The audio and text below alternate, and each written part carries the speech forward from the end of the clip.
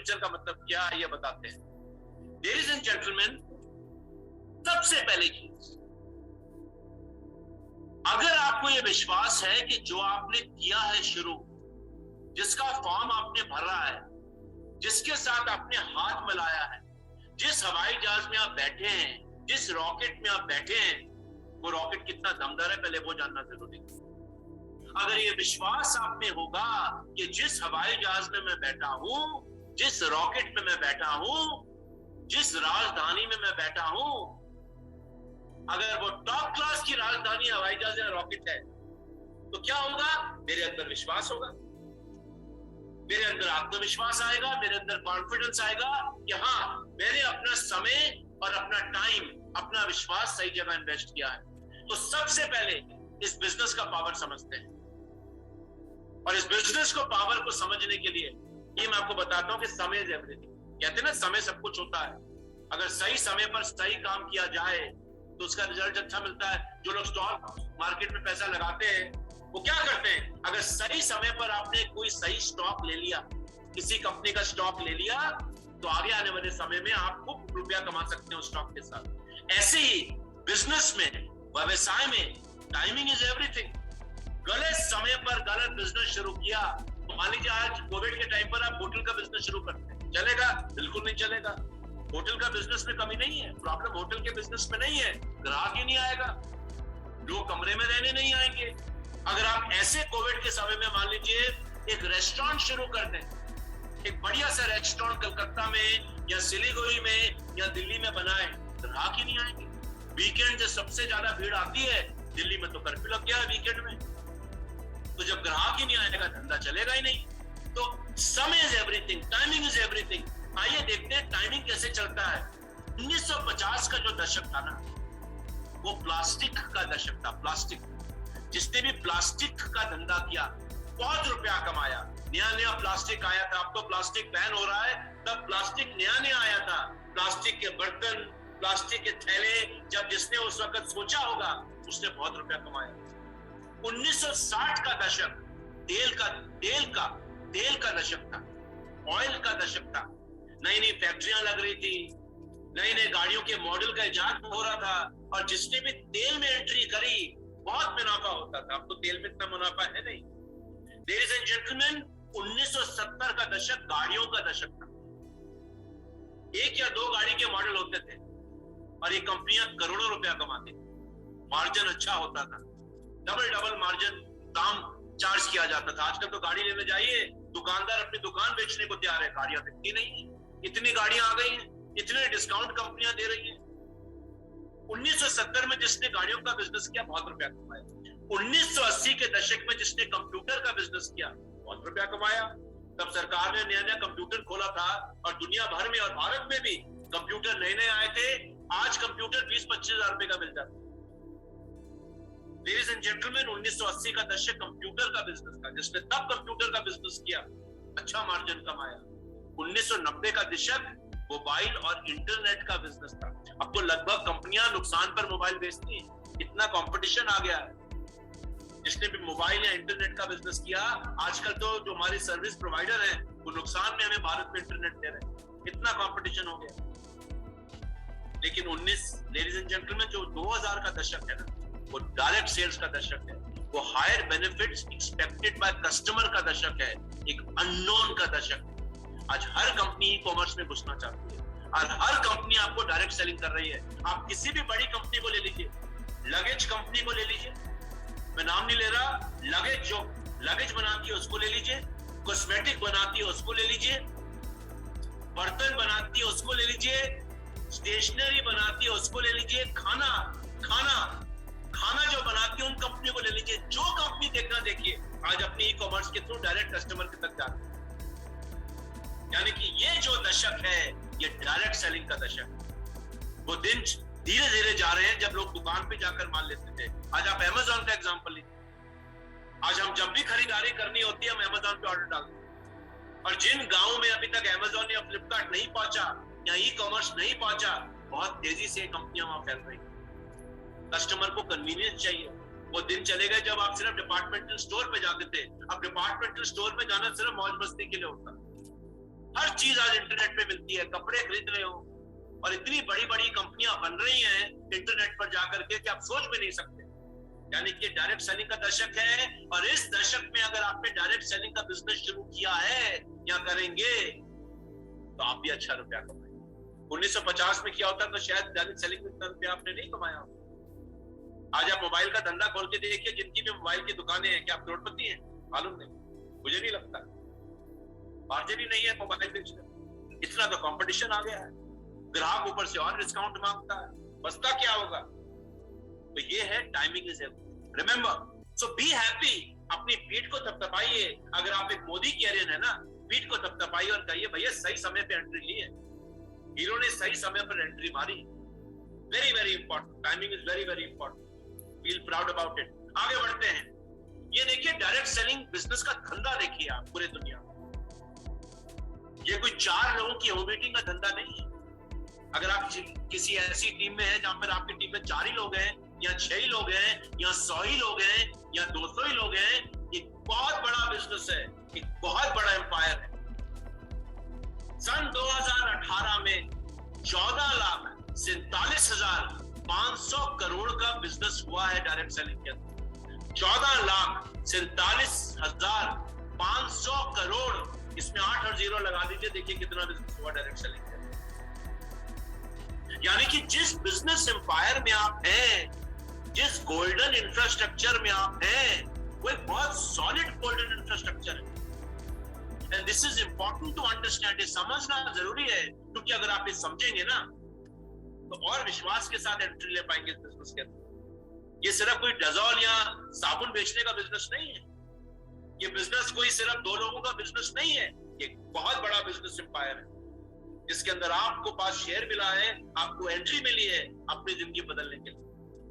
Ladies and gentleman, 120 million approximately 2019 में 120 million मतलब इसको 120 को 10 लाख से गुणा कर दीजिए, मल्टीप्लाई कर दीजिए, टोटल नंबर देख लीजिए कितने लोग डायरेक्ट सेलिंग बिजनेस में काम करते हैं।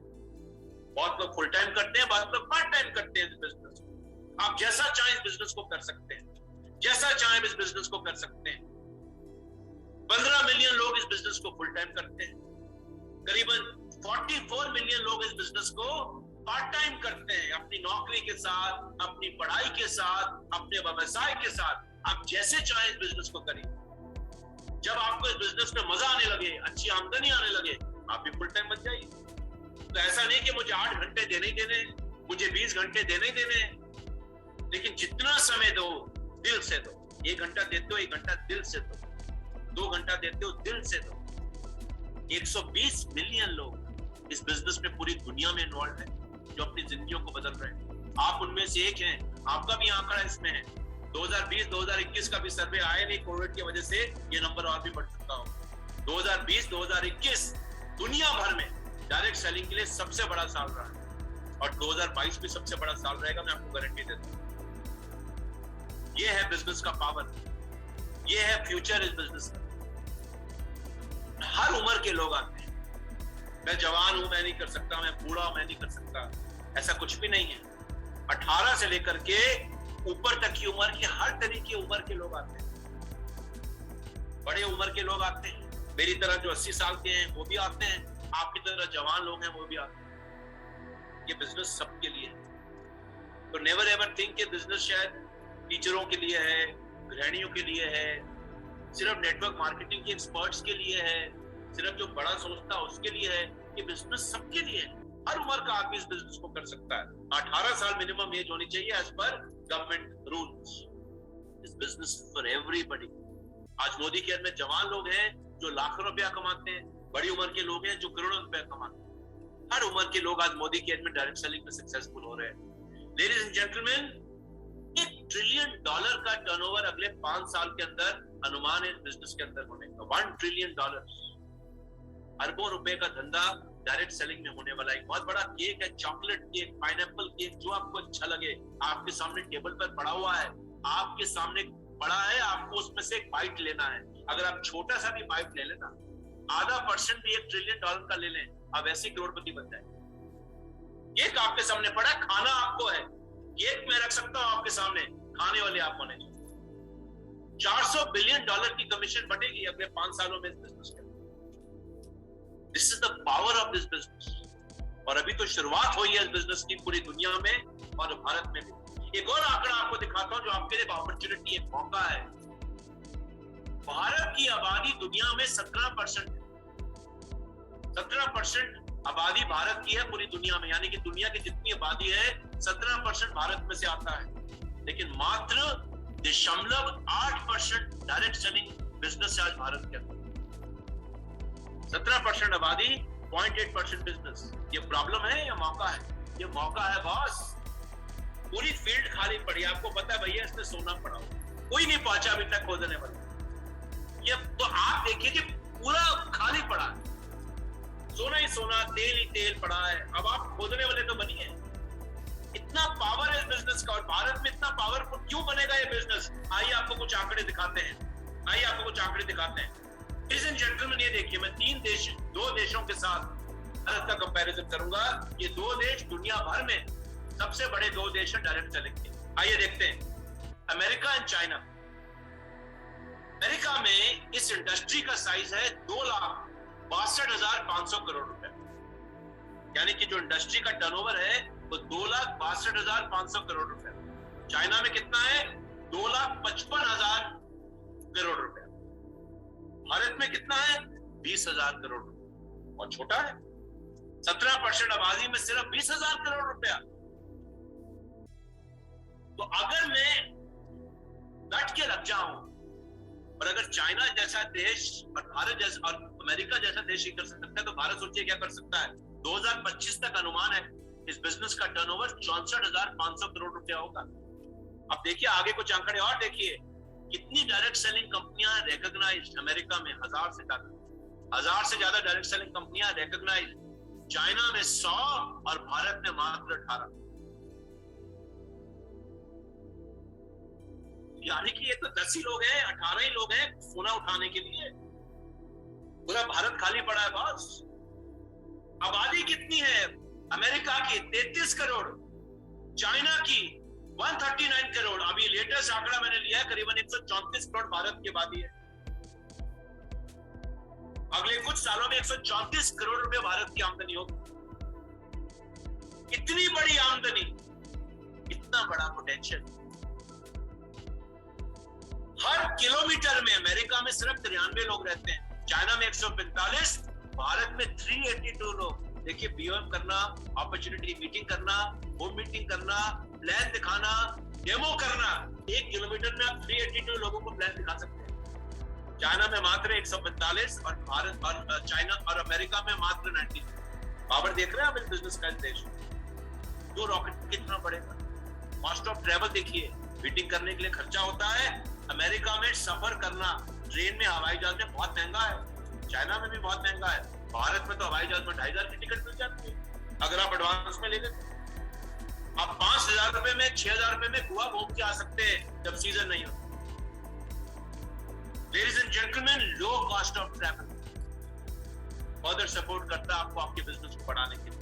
कॉस्ट ऑफ कम्युनिकेशन, मोबाइल चलाने का खर्चा सबसे सस्ता भारत है पूरे दुनिया, सबसे सस्ता। सबसे महंगा अमेरिका और चाइना है।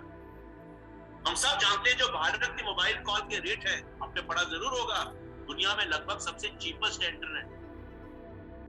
मेरा बेटा अमेरिका में पढ़ता है, 5 GB का डेटा महीने का मिलता है, 5 GB। आप जानते हैं कितना खर्चा है?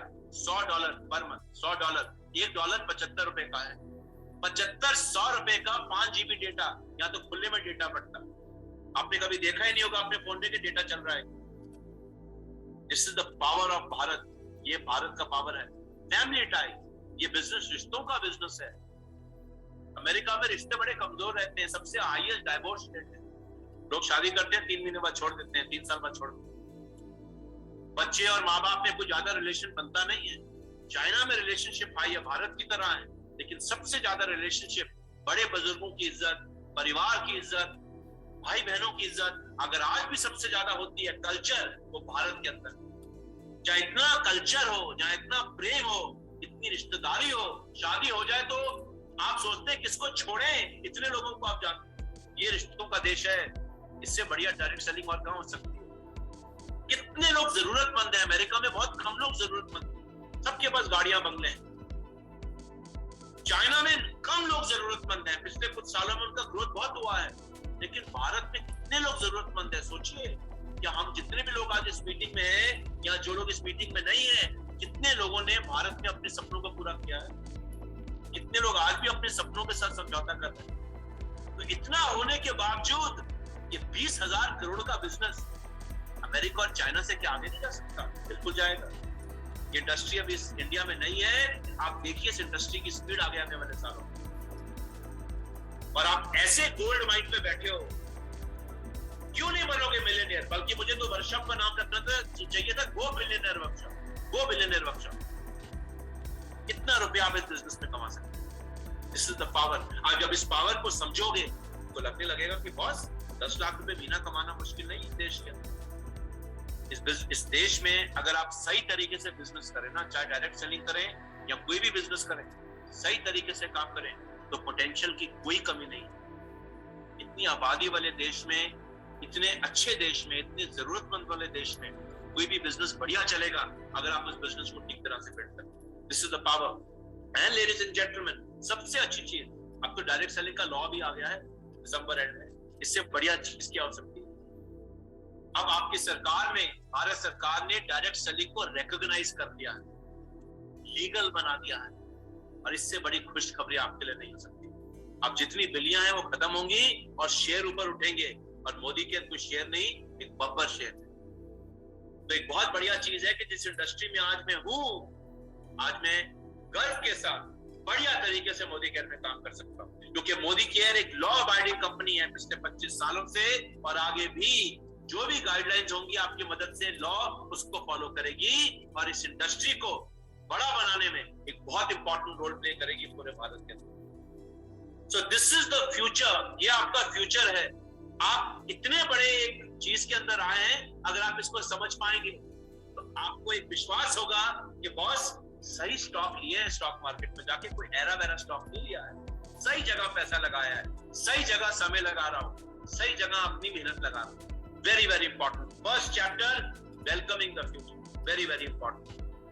अब आपने फ्यूचर को तो वेलकम कर लिया, वेरी गुड। अब आपको विश्वास आ रहा है कि बॉस अब उगेगा मेरी जिंदगी का भी सूरज, उग सकता है, लोगों का उग रहा है, भारत जैसे देश में तो बिल्कुल उग सकता है।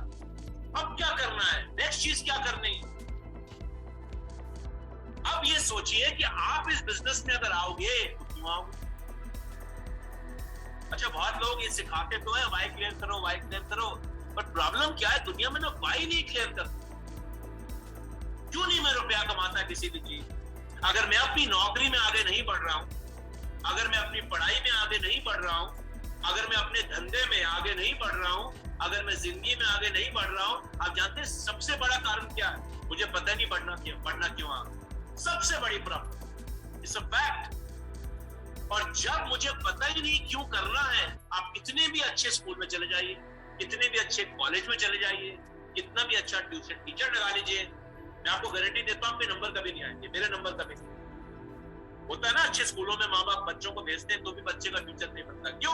क्योंकि बच्चे को पता ही नहीं क्या करना, या कभी कभी बच्चा वो कर रहा है जिसको करना ही नहीं, या बच्चे को वो कराया जो करना ही नहीं है, या बच्चे को पता ही नहीं है क्यों करूं। तो कोई भी ट्यूशन, कोई भी पढ़ाई लिखाई मुझे आगे नहीं बढ़ा सकती। तो लेडीज एंड जेंटलमैन, दूसरी चीज जो समझना जरूरी है कि सिर्फ सही जगह और सही समय सब कुछ नहीं होता, सही आदमी बनकर घुसिए।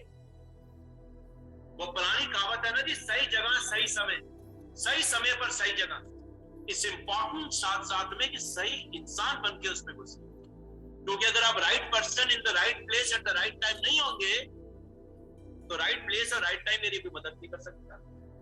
अब सोचिए, मैं गाड़ी के धंधे में घुसना चाहता था, 1970 का दशक था, मेरे पास कोई क्वालिफिकेशन नहीं है गाड़ी का बिजनेस शुरू करने के लिए, तो समय भी सही था, जगह भी सही थी, मैं सही नहीं था, इसने रुपया नहीं कमाया। ऐसा तो नहीं कि 1970 के दशक में जिसने भी गाड़ी की एजेंसी की उसने करोड़ों रुपए कमाए, कुछ लोगों ने नहीं भी कमाए। क्यों नहीं कमाए? क्योंकि उन्होंने कभी सही जगह और सही समय को इस्तेमाल करने की कोशिश ही नहीं की, सही इंसान बनकर। ऐसे ही बिजनेस में होता है, बिजनेस में दम है, बढ़ता हुआ बिजनेस है, रॉकेट की तरह मोदी केयर हर साल ग्रो कर रहा है, मेरा चेक तो नहीं बढ़ रहा बॉस। बड़ी बड़ी विजन सुनता हूँ मोदी केयर की, मैनेजमेंट बताती है, लीडर बताते हैं, लेकिन सर मेरा चेक क्यों नहीं बढ़ रहा? मेरे में क्या कमी है? कमी आप में एक ही है कि आप राइट पर्सन नहीं बने। और राइट पर्सन बनने का क्या मतलब है? राइट तरीकों को अपनाकर उस चीज का फायदा लेना। अगर मेरे सामने मुझे पता है कि जमीन में सोना है और मैं अकेला आदमी खड़ा हूं, तो मुझे सोना निकालने का तरीका भी तो सीखना पड़ेगा। तो सोना सिर्फ बड़ा होने से क्या होगा? And this is the biggest mistake which people make. To become the right person in the right place at the right time. और उसके लिए सेकंड चीज